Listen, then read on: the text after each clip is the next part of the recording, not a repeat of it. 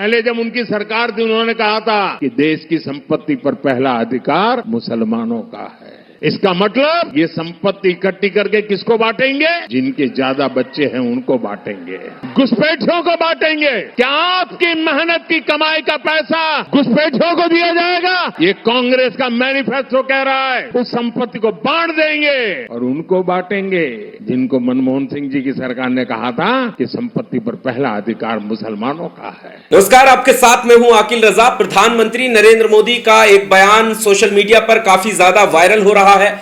लोग इस पर बात कर रहे हैं कि आखिर देश के प्रधानमंत्री इस तरह की भाषा का इस्तेमाल कैसे कर सकते हैं।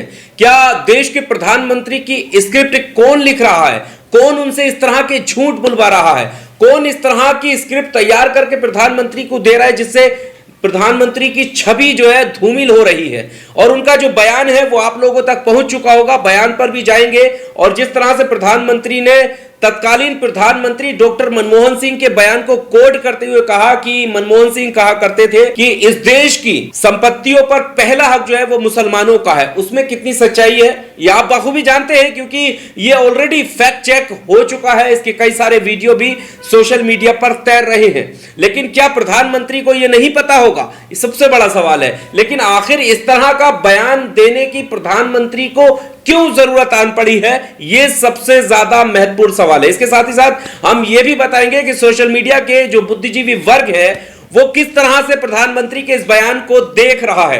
यानी देश के जो पढ़े लिखे विद्वान लोग हैं वो कैसे प्रधानमंत्री के इस बयान को देख रहे हैं, किस तरह इस बयान का मतलब निकाल रहे हैं, सारा इस वीडियो में हम विस्तार से आपको बताएंगे। लेकिन सबसे पहले हम आपको बता दें कि आखिर प्रधानमंत्री नरेंद्र मोदी को इस तरह का बयान देने की जरूरत क्यों पड़ गई। बयान किस तरह का है, कितना नफरत है, कितनी हिंदू मुस्लिम है, किस कम्युनिटी को टारगेट करने का प्रयास किया गया है, मुसलमानों को किस तरह से निशाना बनाया जा रहा है, यह तो एक अलग मैटर है। और अब यह नहीं है कि कोई उनकी पार्टी का कोई छुटवैया नेता इस तरह का बयान दे रहा हो, खुद प्रधानमंत्री नरेंद्र मोदी इस तरह का बयान दे रहे हैं जो काफी शर्मनाक है। और अब हम आपको बताते हैं कि आखिर प्रधानमंत्री नरेंद्र मोदी इस तरह का बयान क्यों देने लगे। और आपको पता ही है कि पहले चरण में 21 राज्यों की 102 लोकसभा सीटों पर चुनाव हो चुका है। लेकिन इन पहले चरण के बाद ही प्रधानमंत्री की भाषा शैली अचानक से क्यों बदल गई? लोगों का मानना है कि प्रधानमंत्री को लगने लगा है कि उनकी सत्ता जो है वो खसकने वाली है, डर सताने लगा है।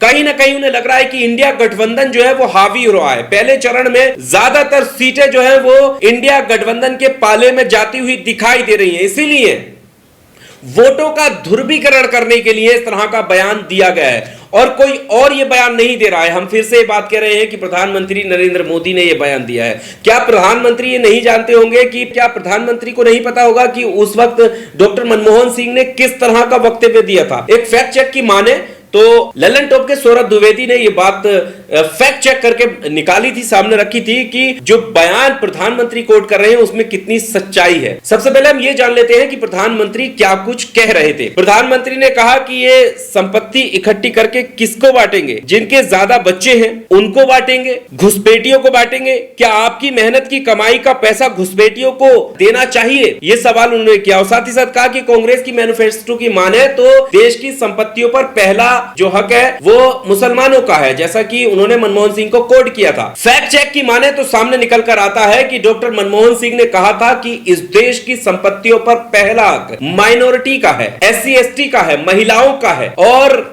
इन सब को, अति पिछड़ों को लेकर के उन्होंने कहा था, यानी उनके उत्थान की बात करते हुए उन्होंने कहा था कि इनको भी मुख्य धारा में लाने की जरूरत है, इसलिए उनका जो है पहला अधिकार है इस देश की संपत्ति पर। उन्होंने सिर्फ मुसलमानों का नहीं कहा था, लेकिन यहां पर प्रधानमंत्री सिर्फ मुसलमान शब्द का इस्तेमाल करके किस तरफ इशारा करना चाहते हैं यह आप बखूबी जानते हैं। साथ ही साथ उनके पूरे वक्तव्य में सिर्फ हिंदू का कोई शब्द नहीं है, सिर्फ मुसलमान का कोई शब्द नहीं है। किनके? डॉक्टर मनमोहन सिंह के। साथ ही साथ कांग्रेस के मैनिफेस्टो की बात प्रधानमंत्री कर रहे हैं।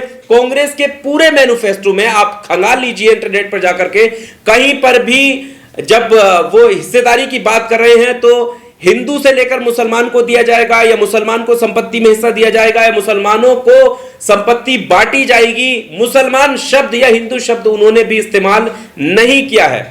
यह सबसे बड़ी बात है। और किस तरह से प्रधानमंत्री नरेंद्र मोदी जो है वो कहते हुए नजर आ रहे हैं आप बाखूबी जानते हैं। और देश का जो बुद्धिजीवी वर्ग है वो सोशल मीडिया पर लिख रहा है कि इस तरह के बयान की प्रधानमंत्री से तो कतई उम्मीद की नहीं जा सकती थी।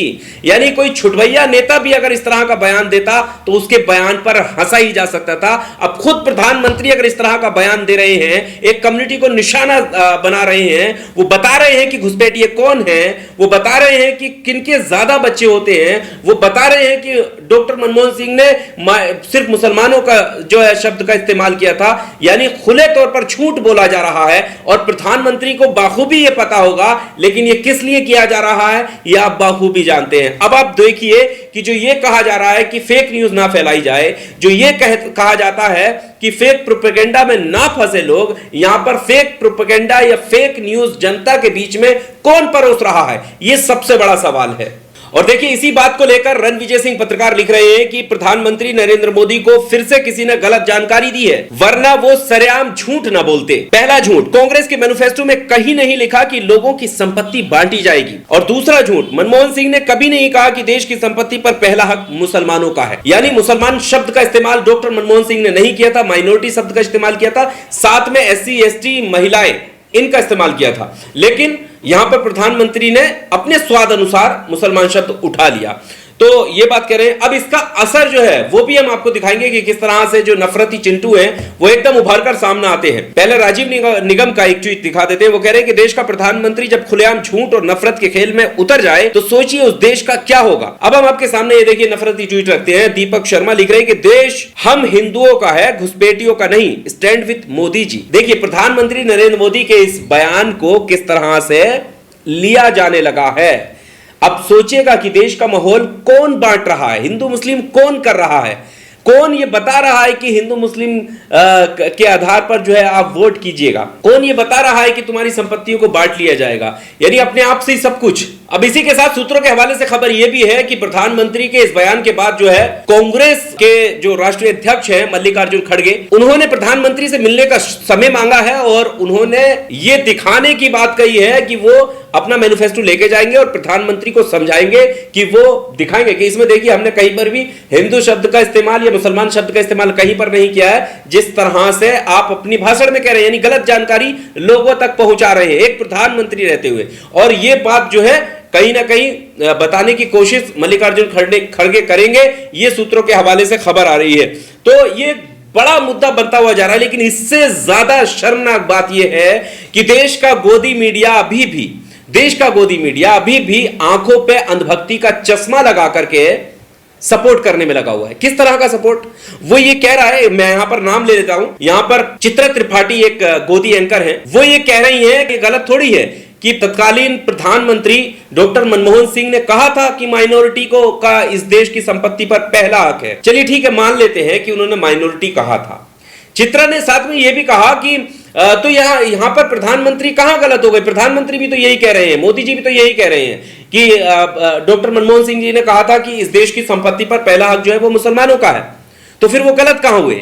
चित्रा जी, हम आपको बताते हैं कि वो गलत कहां हुए, क्योंकि आपके अंदर जो है वो क्षमता नहीं है कि वो सवाल आप सीधे तौर पर कर सकें, क्योंकि आप गोदी पत्रकार हैं।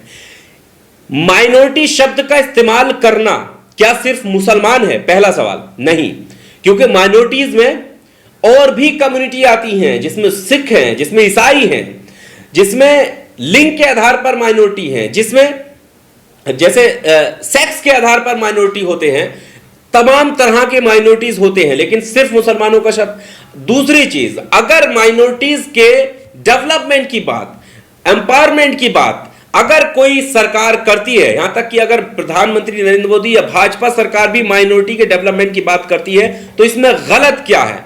कुछ भी गलत नहीं है।